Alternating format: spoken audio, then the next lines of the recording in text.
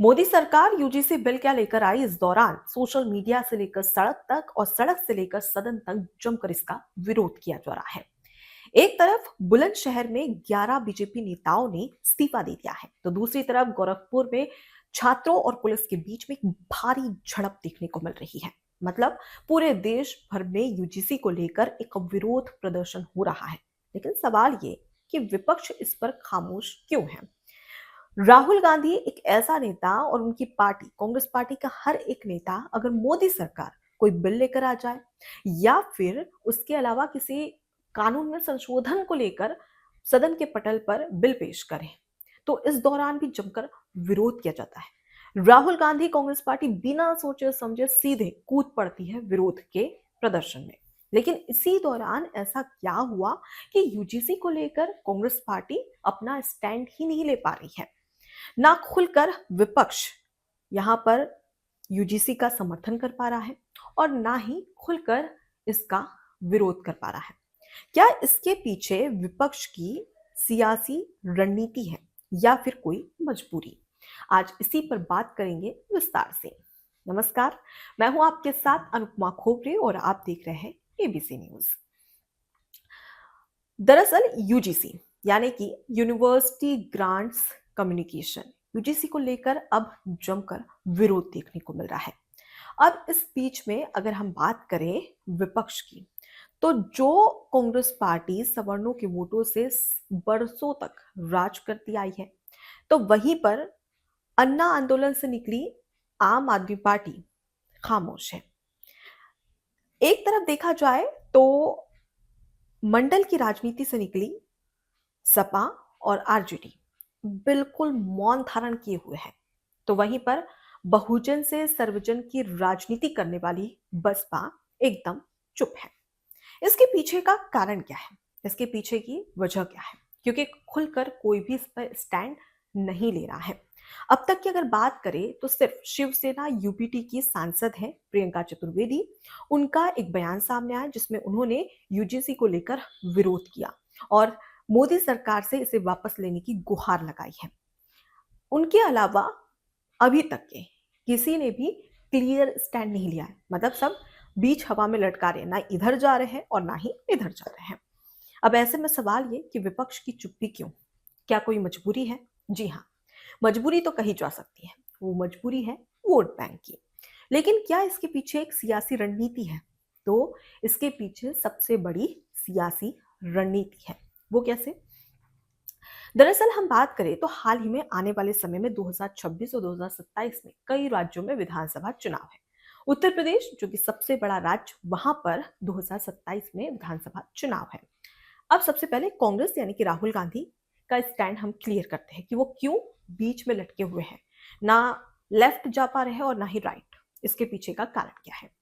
दरअसल अगर हम बात करें केरल, तमिलनाडु, पश्चिम बंगाल, असम, पुडुचेरी, ये तमाम राज्य है जहां पर विधानसभा चुनाव 2026 में होने वाले हैं।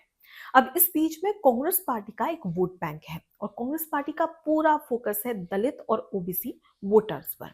अब कांग्रेस पार्टी राहुल गांधी दलित और ओबीसी को नाराज नहीं करना चाहते हैं। अब यूजीसी बिल को देखा जाए तो एक तरफ एससी, एसटी और ओबीसी है, तो दूसरी तरफ है सवर्ण। अब इनके बीच में एक झड़प देखने को मिल रही है। लेकिन इस बीच में कांग्रेस पार्टी किसी को भी नाराज नहीं करना चाहती है। इसलिए कांग्रेस पार्टी के एक दिग्गज नेता है जिन्होंने ये नाम ना लेने की शर्त पर यह बात कही है कि भाई कांग्रेस पार्टी का पूरा फोकस ओबीसी और दलित वोटर्स पे है, इस वजह से हम इस पर कोई भी स्टैंड नहीं ले रहे हैं। और कांग्रेस पार्टी में राहुल गांधी ने साफ तौर पर कह दिया है कि इस पर खामोशी यानी कि चुप्पी साधे रहे, क्योंकि अब मोदी सरकार ये बिल लेकर आई है तो उन्हें खुद निपटने दें, हम क्यों उड़ता तीर ले। ये कहना है राहुल गांधी का। अगर उड़ता तीर ले लिया तो या तो सवर्ण नाराज हो जाएंगे या एससी, एसटी और ओबीसी नाराज हो जाएगी। ऐसे में मोदी सरकार ये बिल लेकर आई है तो वो खुद ही निपटे, हम इसमें कुछ नहीं करने वाले हैं। ये रही कांग्रेस की रणनीति। अब बात करते हैं सपा की रणनीति। आपको बता दें कि अखिलेश यादव से जब पूछा गया कि भाई यूजीसी को लेकर जमकर विरोध हो रहा है, आप क्या कहेंगे?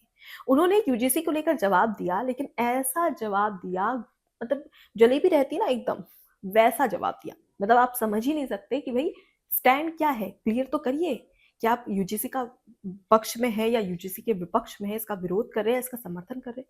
कोई स्टैंड क्लियर नहीं, बस हवा-हवाई बातें कर दी और साइड हो गए। आपको बता दें कि अखिलेश यादव ने तो अपने प्रवक्ताओं को साफ तौर पर हिदायत दी है कि भाई मीडिया के सामने किसी भी तरीके का ना तो इसके पक्ष में बोले और ना ही इसके विपक्ष में बोले, यानी कि ना तो समर्थन ले और ना ही इसका विरोध करे। अगर कुछ ऐसे सवाल आते हैं तो चुप्पी साधे रहें। ये खुद अखिलेश यादव ने अपने पार्टी के प्रवक्ताओं को कहा है। अब ऐसे में अगर हम बात करें मायावती की, तो देखिए भले ही मायावती के पास में दलित वोटर्स हो और उनका कोर वोट बैंक दलित ही माना जाता है, लेकिन कहीं ना कहीं सवर्ण भी साथ देते हैं, क्योंकि खुद मायावती ने बहुजन से लेकर सर्वजन की राजनीति की बात कही थी। और ऐसे में सवर्ण नाराज हो सकते हैं। और 2027 में विधानसभा चुनाव है, जिसे लेकर मायावती खुद बहुत सीरियस चुनाव लड़ रही है, ये हमने खुद देखा। अब इस बीच में हम समझ सकते हैं कि मायावती भी शांत नजर आ रही है। मतलब साफ है कि जो कांग्रेस पार्टी मतलब राहुल गांधी, अखिलेश यादव, अरविंद केजरीवाल, मायावती, तमाम जो ये दिग्गज नेता हैं, जो कि हमेशा से मोदी सरकार के बिल का या फिर कोई संशोधन बिल लाया जाता था उसका विरोध करते थे खुले तौर पर, सड़क से लेकर सदन तक। लेकिन वहीं पर आज वही विपक्ष खामोश है। इसके पीछे है सीधी सी बात, एक सियासी रणनीति। रणनीति ये कि हम किसी को भी नाराज नहीं करना चाहते हैं। मोदी सरकार ये बिल लेकर आई है तो वो खुद इससे निपटे, वो खुद सोचे कि इससे कैसे निपटना है, क्योंकि यहाँ पर सबसे ज्यादा अगर किसी का विरोध हो रहा है तो वो है मोदी सरकार का। अगर हम बात करें तो ओबीसी, एससी, एसटी इस बिल से खुश नजर आ रहे हैं, तो वहीं दूसरी तरफ जो सवर्ण है वो काफी इस पर नाराजगी जता रहे हैं। एक तरफ ये कहा जा रहा है कि आप कह रहे हैं कि यूजीसी लाकर हम जो भेदभाव है उसे खत्म करना चाहते हैं और समानता लाना चाहते हैं, लेकिन वही दूसरी तरफ अगर देखा जाए तो एक ओबीसी, एससी, एसटी एक तरफ और सवर्ण एक तरफ, मतलब बीच में एक दीवार आ चुकी है। यानी कि यहाँ पर समानता की बात कही जा रही थी, लेकिन अब इन दोनों के बीच में एक झड़प है।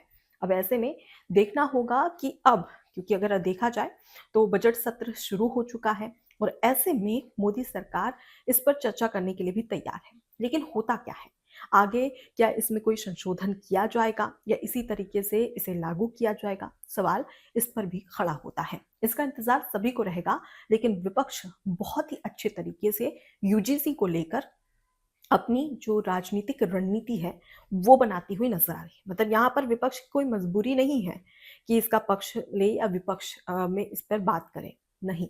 यहाँ पर विपक्ष सिर्फ ये चाहता है कि उसकी जो सियासी रणनीति है वो अच्छे से काम करे, क्योंकि खुद अखिलेश यादव 2024 का लोकसभा चुनाव उत्तर प्रदेश में पीडीए की सरकार को लेकर यहाँ पर अपनी रणनीति बना चुके हैं, यानी कि पिछड़ा, दलित, आदिवासी, अल्पसंख्यक। अब ऐसे में खुद अखिलेश यादव नहीं चाहते कि वो पीडीए को नाराज करें इसका यूजीसी का विरोध करके, और अगर अगर इसका समर्थन करते हैं तो कहीं ना कहीं एक झड़प तो देखने को मिलती ही है। मतलब साफ है कि आने वाले समय में एक बड़ी सियासी रणनीति के तहत विपक्ष फूक फूक कर कदम रख रहा है। आपको बता दें कि जिस तरीके से 2026 और 2027 में विधानसभा चुनाव है, इसी के तहत विपक्ष ने अभी से काम करना शुरू कर दिया है। लेकिन सवाल ये कि मोदी सरकार यूजीसी को लेकर आई है तो क्या इसे फिर से, मतलब इसमें और चेंजेस किए जाएंगे या इसी को लागू करेगी।